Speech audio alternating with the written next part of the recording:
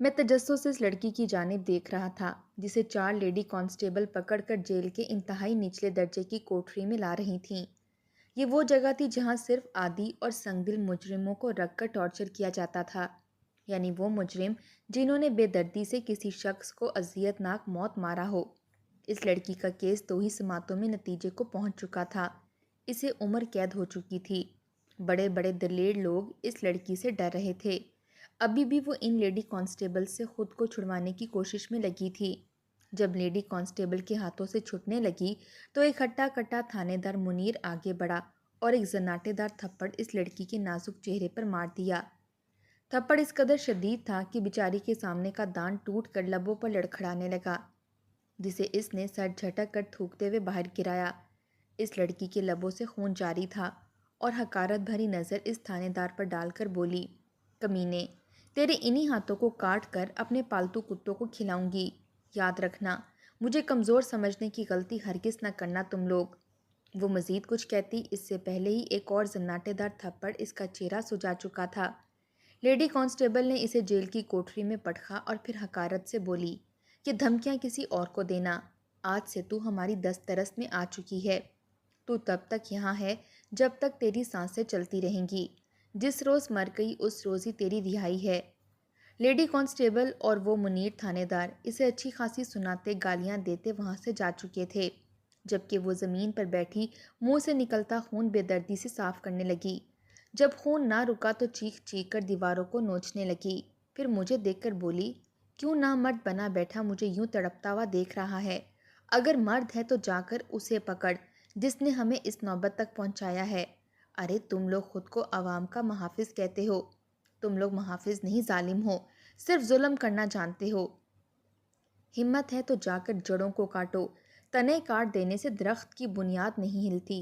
وہ لڑکی چیخ چیخ کر منہ سے خون اگلتی مجھے کہہ رہی تھی، اور میں تو جیسے اپنی کرسی سے ہڑبڑا کر اٹھتا ہوا فوراً وہاں سے چلا آیا۔ موسم سرد تھا، پھر بھی میرے چہرے پر پسینے کی بوندیں تھیں۔ مجھے تو لگا تھا جیسے اس میں کوئی چڑیل آ گئی ہو۔ فوراً آ کر پانی پیا اور اپنی سانس بحال کرنے لگا۔ بار بار اس کا خون آلود چہرہ اور چہرے پر زخم کے نیل گھوم رہے تھے، اور بس اس کا ایک ہی جملہ کہ ہمت ہے تو جا کر جڑوں کو کاٹو۔ تنے کاٹ لینے سے درخت کی بنیادیں نہیں ہلتیں، بلکہ وہ اور طاقتور ہو کر سامنے آتا ہے۔ کچھ دیر بعد میں دوبارہ اس جیل کے حصے میں چلا آیا جہاں میری ڈیوٹی لگی تھی۔ وہ لڑکی وہیں دیوار کے کونے سے ٹیک لگائے بیٹھی آنکھیں موند کر شاید سو چکی تھی۔ اس کے چہرے پر خون یوں ہی جم چکا تھا جسے صاف کرنے کی اس نے کوشش نہیں کی تھی۔ میں نے ایک نظر اس کے چہرے کو دیکھا تو کوئی عمر رسیدہ یا پکی عمر کی عورت نہ تھی جو اس کام میں ماہر ہو کر پیشہ ورانہ وارداتیں کرتی پھرے، بلکہ وہ تو کوئی 17 سے 18 سال کی لڑکی تھی۔ وہ سفید رنگت کی مالک تھی، مگر شاید وقت کے مظالم سہ سہ کر اس کا رنگ پھیکا پڑ چکا تھا۔ اس وقت اس کے چہرے پر زردی تھی، چہرے پر جگہ جگہ گہرے زخم کے نشان تھے۔ یوں لگتا تھا جیسے اسے بے حد تڑپایا گیا ہو۔ اس کے چہرے پر پرانے زخموں کے گڑھے بنے ہوئے تھے، جبکہ چہرے پر نیل واضح تھے۔ وہ اس قدر نازک صفت تھی کہ تھانے دار کا تھپڑ کھانے کے بعد اس کا چہرہ یوں ہی نیلو نیل ہو چکا تھا۔ اس کے منہ سے ابھی بھی خون جاری تھا، مگر شاید وہ نیم بے ہوشی کی حالت میں تھی جو دیوار سے ٹیک لگائے بیٹھی تھی۔ میں خاموشی سے اس کا چہرہ دیکھتا رہا۔ اس جیسی معصوم لڑکی بھلا اتنے قتل کیس کیسے کر سکتی تھی؟ مجھے تو یقین ہی نہیں آ رہا تھا۔ شاید جان بوجھ کر اسے یہاں لے کر آئے تھے، مگر اس کا کلام کرنے کا انداز تو انتہائی برا تھا۔ شریف گھر کی لڑکیاں ایسے بات تو نہیں کیا کرتی تھیں جیسے یہ کچھ دیر پہلے کر رہی تھی۔ اس نے مجھ سے بھی انتہائی بدتمیزی سے بات کی تھی۔ میں گھبرا کر واپس اپنی کرسی پر بیٹھ گیا اور گائے بگائے اس کے چہرے پر نظر دوڑاتا رہا۔ مجھے نہ جانے کیوں اس پر ترس سا آنے لگا۔ ایسے لگتا تھا جیسے وہ بے قصور ہو۔ اس نے آج تک 10 قتل کیے تھے اور ان 10 قتلوں کے باوجود وہ مجھے بے قصور لگ رہی تھی۔ مجھے حیرانگی تھی کہ آخر 17-18 سال کی ایک دوشیزہ اس قدر بے رحم کیسے ہو گئی جو اس نے قتل کر ڈالے۔ میں انہی سوچوں میں گم تھا کہ وہ لڑکی اٹھی تھی اور کھانے کا بھی وقت ہو چکا تھا۔ میں نے کھانا لا کر سبھی جیل میں بند مجرموں کو دیا اور اس کے جیل میں بھی کھانا رکھا۔ کھانے کو دیکھ کر اس نے اچاٹ سی نظر میری جانب ڈالی اور پھر خاموشی سے تھالی اپنے سامنے کر کے کھانا کھانے لگی۔ شاید وہ کافی بھوکی تھی، مگر اب تھک ہار کر خاموش ہو چکی تھی۔ 3 روز تک یوں ہی چلتا رہا۔ 2 دن تو سکون سے گزرے، مگر تیسرے روز لیڈی کانسٹیبل دوبارہ آئی اور اس کے پاس بیٹھ کر کہنے لگی کہ بتا، تجھے کس نے کہا تھا کہ یہ قتل کر؟ مجھے سچ سچ بتاؤ، ورنہ تیرے ساتھ بہت برا سلوک کروں گی۔ وہ اس کے بالوں کو پکڑ کر چہرے پر تھپڑ مارتے ہوئے بولی۔ اسی پل اس نے اپنی جیب سے کئی سوئیاں نکالی تھیں۔ وہ باریک سوئی والی سوئیاں تھیں۔ اس نے اپنی چاروں انگلیوں میں پھنسائیں اور اس طرح پھنسائیں کہ اگر وہ اپنی انگلیاں اس لڑکی کے چہرے کے قریب لاتی تو وہ 4 سوئیاں اس کے چہرے میں پیوست ہو جاتیں۔ یہ منظر دیکھ کر میں جھرجھری لے کر رہ گیا۔ میں تو حیران تھا کہ یہ سب جانتے ہوئے بھی کہ پولیس والے ایسا ہی ظلم کرتے ہیں۔ میں اپنے دادا کی خواہش پوری کرنے کی خاطر پولیس والا بن گیا، مگر یہاں یہ کیس تو مجھے بے چین کر رہا تھا۔ میرے دل میں تجسس تھا کہ آخر اس لڑکی سے پوچھوں وہ یہاں تک کیسے پہنچی۔ لیڈی کانسٹیبل کے ہاتھ میں سوئیاں دیکھ کر میری جان نکل رہی تھی، مگر وہ لڑکی تو اس کانسٹیبل کی آنکھوں میں آنکھیں ڈال کر دیکھتے ہوئے بولی، تجھے اور تیرے اوپر بیٹھے افسروں کو یہ وردی کس لیے پہنائی گئی ہے؟ اسی لیے کہ جا کر گلی کوچوں کی گشت لگا کر مجرموں کو ڈھونڈو، مگر تم جیسے رشوت خور کمزوروں کو ہتھ کنڈا بنا کر مردانگی جھاڑتے ہو۔ مجھے نہیں پتا وہ کون ہے، جاؤ جا کر ڈھونڈ لو، مجھے تنگ مت کرو۔ وہ ہانپتے ہوئے بولی تو لیڈی کانسٹیبل نے وہ سوئیاں اس کے چہرے میں گھسا دیں۔ اس کی دل خراش چیخیں باہر تک سنائی دے رہی تھیں۔ اس پر شدید تشدد ہو رہا تھا، یہاں تک کہ اس کے خون کی بو مجھے باہر تک آنے لگی۔ جب لیڈی کانسٹیبل تھک گئی تو وہاں سے باہر چلی گئی اور پھر میں نے ایک نظر اس پر ڈالی۔ بیچاری درد سے ادمری ہو کر کرا رہی تھی۔ مجھ سے برداشت نہ ہوا تو فوراً پانی کا گلاس اس کو بڑھایا۔ اس سے پینا مشکل ہو رہا تھا۔ میں نے انسانیت کے ناطے پانی اس کے منہ کو لگایا۔ چند گھونٹ بھرنے کے بعد اس نے گلاس جھٹک دیا۔ میں جیل سے باہر نکل کر اس کی کوٹری کے سامنے کرسی رکھ کر بیٹھ گیا اور پھر دھیمے لہجے میں کہنے لگا کہ میں نہیں جانتا تمہارے ساتھ اب تک کیا ہوا ہے، تم ٹھیک ہو یا غلط، مگر خدا را اکڑو مت، یہ جیل ہے، یہاں پولیس کا راج ہے۔ تم یوں اکڑو گی تو یہ لوگ تمہیں اور ماریں گے، تم نرمی رکھو گی تو ہی ان کو تم پر رحم آئے گا۔ میں اسے سمجھاتا جا رہا تھا، وہ خاموشی سے سب سنتی رہی۔ اس کی آنکھوں سے آنسو تواتر سے بہہ رہے تھے۔ روتے ہوئے بامشکل اٹکتے ہوئے کہنے لگی کہ زندگی میں اس قدر درد تکالیف سے گزری ہوں کہ اب جینا ہی نہیں چاہتی۔ پہلے برا بنایا گیا اور اب اچھائی ڈھونڈ رہے ہیں یہ دنیا والے مجھ میں، چاہتے ہیں کہ میں الف تا یہ تک انہیں سب کچھ بتا دوں، مگر جب میں خود ہی کچھ نہیں جانتی تو کچھ کیسے بتاؤں گی؟ میں نے اسے نرم پڑتے دیکھا تو بولا، بتاؤ کیا ہوا ہے تمہارے ساتھ، تم یہاں تک کیسے پہنچی ہو سکتا ہے میں تمہاری کوئی مدد کر سکوں۔ اتنا سننا تھا کہ وہ لڑکی مجھے اپنے ماضی کے بارے میں بتانے لگی، جس سے میں جیسے جیسے سنتا گیا میرے ہوش اڑتے گئے، میری آنکھوں سے آنسو نکلنے لگے تھے۔ آپ دل خراش ماضی کا واقعہ اسی لڑکی کی زبانیں سنیے۔ وہ کہنے لگی کہ میں اس وقت 12 سال کی تھی جب روزانہ اپنے محلے کے اسکول جایا کرتی، مگر پھر کچھ وجوہات کی بنا پر وہ اسکول بند ہو گیا تو مجبوراً مجھے شہر میں آنا پڑا۔ اس گاؤں میں میری 2 سہیلیاں بھی تھیں۔ ابو نے ہمارے لیے ایک رکشہ لگوا دیا جس میں بیٹھ کر ہم تینوں شہر کے اسکول میں جایا کرتی تھیں، جو ہمارے گاؤں سے تقریباً 30 منٹ کی دوری پر واقع تھا۔ میں شروع سے ہی بے حد شوخ مزاج اور چنچل سی لڑکی تھی۔ ہر وقت کی شرارتیں اور کھیل کود میری رگ رگ میں بسی ہوئی تھی۔ میں اپنی سہیلیوں کو ہر وقت ہنساتی رہتی۔ گرمیوں کے دن تھے اور اس روز گرمی بھی بے حد تھی۔ جو ہی اسکول سے چھٹی ہوئی تو رکشہ باہر کھڑا تھا، مگر اس کے باوجود میں اپنی سہیلیوں سے کہنے لگی کہ وہ دیکھو برف کے گولے کا ٹھیلا لگا ہے، آؤ برف کا گولا لے کر کھاتے ہیں۔ وہ تو منع کرنے لگیں کہ رکشہ آ چکا ہے، گھر چلتے ہیں، اتنی گرمی میں دھوپ میں جانے کا تو بالکل بھی دل نہیں کر رہا، مگر میں ان کو ٹوکتے ہوئے بولی کہ برف کا گولا لے کر رکشے میں جاتے ہوئے کھائیں گے، بہت مزہ آئے گا۔ مجبوراً میری سہیلیوں کو بھی ماننا پڑا اور ہم تینوں اس برف کے گولے کے ٹھیلے کے پاس جانے لگے۔ ابھی ہم ٹھیلے کے پاس رک کر برف کے گولے بنواتے ہوئے واپس پلٹے ہی تھے کہ تبھی ایک وین آ کر ہمارے پاس کھڑی ہوئی۔ اس نے تو ہمارا راستہ ہی بلاک کر دیا تھا۔ تبھی اس گاڑی کا پچھلا دروازہ کھلا اور دو ہٹے کٹے مردوں نے ہم تینوں کو پکڑ کر گاڑی میں پٹخا۔ ہم چیخنے چلانے لگے۔ اس وقت وہاں پر بہت سے لوگ موجود تھے۔ لوگ آ جا رہے تھے، مگر اس کے باوجود کسی نے بچانے کی کوشش نہ کی، کیونکہ جب تک وہ سمجھتے کہ یہاں پر کیا ہوا ہے، بہت دیر ہو چکی تھی۔ ہم اتنی چلاتی چیختی رہیں، بار بار گاڑی کا دروازہ کھولتی، مگر سب بے سود تھا۔ میں نے ان مردوں کا منہ نوچنا شروع کیا، مگر تبھی پیچھے بیٹھے شخص نے میری گردن پر انجیکشن لگا دیا، جس سے میرے وجود میں جان ختم ہوتی چلی گئی اور میرا وجود سن ہوتا گیا۔ 1 منٹ کے اندر اندر میں بے ہوش ہو چکی تھی۔ میری آنکھیں بند ہونے لگیں۔ نہ جانے میرے ساتھ آگے کیا ہونے والا تھا۔ میں اپنے ماں باپ کی اکلوتی بیٹی تھی۔ میرے ذہن میں آخری بار اپنے ماں باپ کا ہی خیال آیا تھا۔ جب ہوش آیا تو میں ایک کمرے میں بند تھی۔ میری آنکھیں کھلیں تو آس پاس کئی سسکیوں اور رونے کی آوازیں آنے لگیں۔ میرا ذہن ایک جھٹکے سے بیدار ہوا تو میں فوراً اٹھ کر بیٹھ گئی۔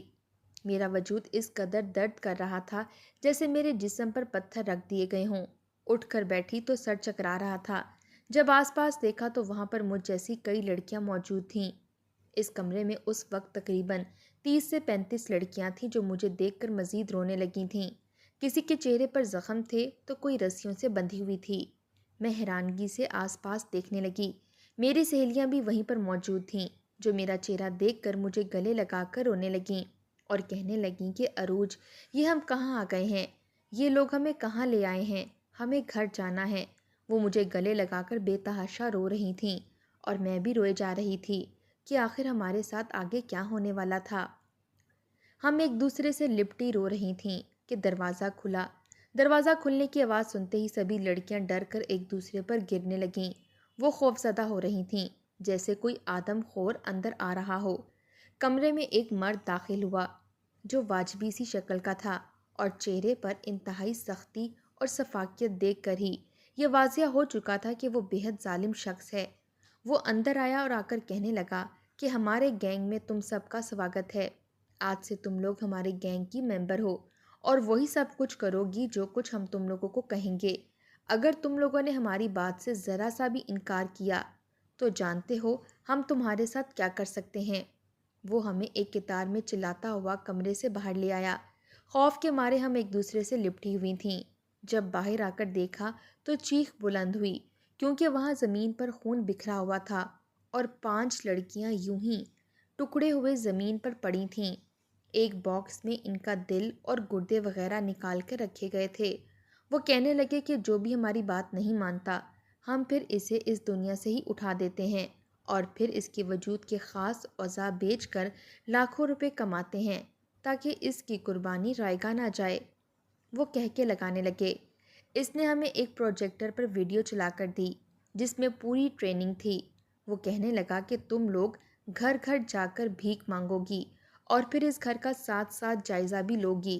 اس گھر میں کتنے فرد رہتے ہیں، کتنے لوگ ہیں اور کتنا کماتے ہیں۔ اس گھر کے تمام تر حالات یعنی پورا نقشہ ہمیں آ کر بتاؤ گی۔ گھر کا پتہ وہ خود ہمیں دیں گے اور ہم نے جا کر اس گھر میں بھیک مانگنی ہوگی۔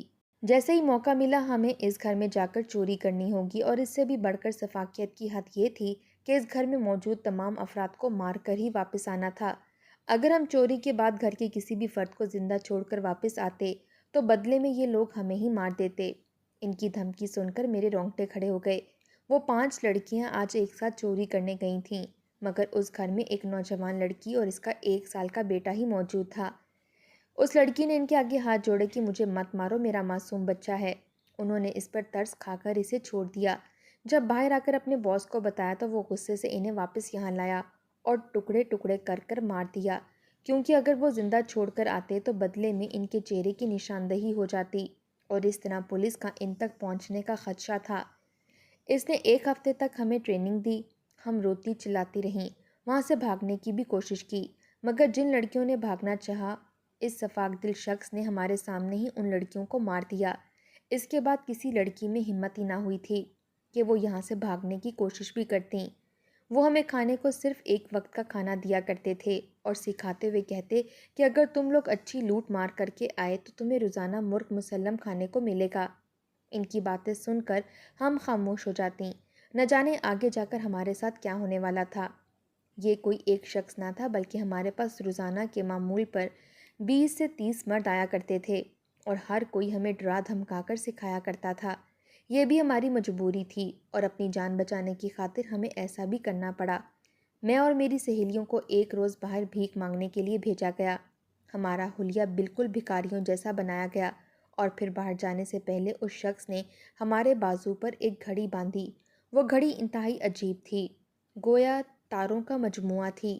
ہم نے سوالیہ نظروں سے اس کی جانب دیکھ کر کہا کہ یہ گھڑی کس کام کی ہے؟ اس پر تو وقت ہی نظر نہیں آتا۔ تو وہ کہنے لگا کہ یہ موت کی گھڑی ہے۔ اگر تم لوگوں میں سے کسی نے بھول کر بھی کسی پولیس افسر یا کہیں بھی کسی ادارے کو بتا کر یا کسی شخص کے گھر جا کر مدد مانگی یا کچھ بھی کرنا چاہا تو یہ گھڑی اسی وقت پھٹ جائے گی اور تم لوگ ماری جاؤ گی۔ اس میں اس قدر شدید کرنٹ ہے کہ یہ تم لوگوں کو 1 سیکنڈ کے اندر اندر موت کے گھاٹ اتار سکتی ہے۔ اس نے ہمارے ساتھ ایک ٹریکر سسٹم بھی لگا رکھا تھا اور ہم ہر طرح سے بے بس ہو چکی تھیں، ورنہ میں نے سوچ رکھا تھا کہ یہاں سے باہر نکلتے ہی بھاگ کر اپنے گھر چلی جاؤں گی یا کسی شخص سے مدد لے لوں گی، مگر یہاں تو جان پر بنائی تھی۔ مجبوراً نہ چاہتے ہوئے بھی ہم ایک گھر گئے۔ اس گھر میں ایک بوڑھا شخص اور اس کی بیٹی ہی رہا کرتے تھے۔ ہم بھیک مانگنے کے بہانے وہاں گئے اور پھر اس گھر میں واردات کر دی۔ ہم نے چاقو اور پستول دکھا کر انہیں ہراساں کیا اور تمام تر چیزیں لوٹنے کے بعد مجبوراً ان کو مارنا پڑا۔ وہ روتے بلکتے رہے اور کہتے رہے کہ میری بیٹی کی اگلے ہی ہفتے شادی ہے، بے شک تم سارا سامان لے جاؤ، ایک پائی بھی ہمارے ہاں مت چھوڑو، مگر میری بیٹی کو مت مارو۔ مگر اس کے باوجود ہمیں اپنی جان پیاری تھی۔ اگر ہم ان کو چھوڑ دیتے تو 1 سیکنڈ کے اندر اندر ہم مارے جاتے۔ اس لیے مجبوراً میں نے زندگی میں پہلی بار 2 لوگوں کا قتل کیا تھا۔ کئی روز تک میں سو نہ سکی تھی۔ میں رات کو چیخنے چلانے لگتی۔ مجھے اپنے ہاتھوں پر ان 2 لوگوں کا خون دکھائی دیتا تھا، مگر دھیرے دھیرے میں ان سب کی عادی ہوتی گئی۔ اس شخص نے خوش ہو کر میرے لیے انتہائی اچھا کھانا منگوایا تھا کیونکہ میں نے اسے لاکھوں کی ڈکیتی کر کے دی تھی۔ کئی روز تک میں سکون سے نہیں سو پائی تھی، مگر کیا کرتی، مجھے اپنی جان پیاری تھی۔ دھیرے دھیرے میں بھی عادی ہوتی چلی گئی اور ان کے بتائے ہوئے گھروں میں جا کر پروفیشنل لوگوں کی طرح بھیک مانگتی اور پھر پیسے لا کر کچھ دیر بعد اس گھر کا مکمل طور پر جائزہ لیتی اور پھر باقی بھکاریوں کے ساتھ مل کر وہاں پر ڈکیتی کرنے کے لیے چلی جاتی۔ ہم نے آج تک کئی لوگوں کو مار دیا تھا، مگر آج تک کسی نے ہمیں پکڑا نہیں تھا۔ وجہ یہ تھی کہ ہم حلیہ بدل بدل کر جایا کرتے تھے۔ ایک روز ڈکیتی کرنے ہم جس گھر میں گئے وہاں پر ایک بوڑھی عورت چھوٹے چھوٹے بچوں کے ساتھ رہا کرتی تھی۔ وہ ویل چیئر پر بیٹھی تھی جبکہ وہ چھوٹے بچے اس کے پوتے پوتیاں اور نواسے نواسیاں تھے۔ کیونکہ عید سر پر تھی اس لیے دوسرے ممالک سے اس کی بہو بیٹے اور بیٹیاں سبھی یہاں آئے ہوئے تھے۔ میں نے جب اپنے دوستوں کے ساتھ جا کر وہاں پر بھیک مانگی تو وہ ویل چیئر پر آئی اور پیسے لینے کی خاطر اندر چلی گئی۔ وہ کہنے لگی کہ میں تم لوگوں کو اپنے بچوں کا صدقہ دیتی ہوں۔ وہ جو ہی اندر گئی تو ہم نے فوراً ان سب پر حملہ کر دیا، چاقو اور پستول کو دکھا کر سبھی ملازم اور نوکرانیوں کو باندھا اور پھر ان بچوں کو بھی ہراساں کر کے گھر میں تمام تر سامان لوٹ لیا۔ جب واپس پلٹنے لگے تو فوراً اس شخص کی بات یاد آئی کہ خبردار جو کسی کو زندہ چھوڑ کر آئے، مگر ان معصوم بچوں کا چہرہ دیکھ کر مارنے کا دل بالکل بھی نہ کیا، لیکن اس کے باوجود مارنا مجبوری تھی۔ وہ عورت ویل چیئر سے گر کر ہاتھ جوڑ کر کہنے لگی کہ میرے بچوں کو کچھ مت کہنا، یہ معصوم ہیں، مگر اس کے باوجود میرا دل بھی کانپنے لگا۔ سوچا کہ چھوڑ دیتی ہوں اور باس کو جا کر نہیں بتائیں گے، مگر اس سے پہلے کہ میں کچھ سوچتی دروازے پر دستک ہوئی اور دیکھتے ہی دیکھتے کئی پولیس آفیسرز گھر میں داخل ہو گئے۔ ایک ملازم نے چھپ کر پولیس والوں کو کال کر دی تھی جو عین موقع پر آ گئے اور ہمیں پکڑ لیا۔ وہ کہنے لگے کہ بتاؤ تمہارا سربراہ کون ہے، تم کس کے کہنے پر ایسا کر رہی ہو؟ ہم نے فوراً اپنے ساتھ لگا GPS ٹریکر اور وہ کرنٹ کی گھڑی کا انہیں بتایا، مگر اس کے باوجود وہ نہ مانے۔ میں رو رو کر کہنے لگی کہ مجھے کچھ نہیں خبر، وہ لوگ کون تھے اور کہاں رہتے ہیں۔ وہ اتنے زیادہ تھے اور ہر بار چہرہ بدل بدل کر سامنے آیا کرتے تھے کہ ہمیں تو ان کا اصل نام بھی معلوم نہیں، ان کی شناخت کیسے یاد رکھتی۔ اتنا کہہ کر وہ لڑکی خاموش ہو چکی تھی اور پھر کہنے لگی کہ ظلم کی حد تو یہ ہے کہ پہلے انہوں نے مار مار کر ہمیں برا بنایا اور اب پولیس والے ہمیں سدھارنے کی کوشش میں لگے ہیں۔ مگر بہرحال میں خاموش رہا۔ اس لڑکی کے ساتھ جو کچھ ہوا تھا بے حد برا ہوا تھا۔ میں اس کے ماں باپ کا پتہ پوچھ کر وہاں گیا، مگر اس کے ماں باپ کو مرے ہوئے 4 سال بیت چکے تھے۔ اس کے اغوا ہونے کے بعد ہی اس کے ماں باپ بھی دنیا سے چل بسے اور یہ بیچاری جیل میں الگ ظلم سہ رہی تھی۔ اگلے روز ایک بار پھر پولیس والوں نے اسے بے تحاشا مارا اور ایک سوئی اس کے وجود میں گھسا دی۔ وہ روتی رہتی رہی مگر کسی کو اس پر رحم نہ آیا۔ وہ رات بڑی ہی بے چین تھی، میں نے بڑی بے چینی سے کاٹی۔ صبح جب جیل آیا، جیل کے باہر ایک اسٹریچر پر سفید کپڑے میں وجود لپٹا پڑا تھا۔ میں نے سرسری سی نظر دوڑائی اور پھر پوچھا کہ کیا کوئی مجرم وفات پا گیا ہے؟ تو وہ حوالدار حقارت سے کہنے لگا کہ ہاں، وہی عروج نامی لڑکی جسے یہاں 10 قتل کے الزام میں لایا گیا تھا، کل رات اس نے اپنے گلے پر بلیڈ مار کر اپنی جان دے دی۔ میری تو ریڑھ کی ہڈی میں سنسنی سی دوڑ گئی تھی، میرا وجود کانپ رہا تھا۔ اسی پل ہوا کے رخ سے اس کے چہرے سے کپڑا ہٹا، وہی دنیا سے بیزار چہرہ اس دنیا سے جا چکا تھا۔ مگر بلیڈ اس تک پہنچا کیسے تھا؟ یہ سوال میرے ذہن میں یوں ہی رہ گیا، کیونکہ ایک بار پھر کوئی اسے ٹارچر کرنے گیا ہوگا، مگر اس نے بلیڈ کی مدد سے خود کو ہی اس قید سے رہائی دے دی۔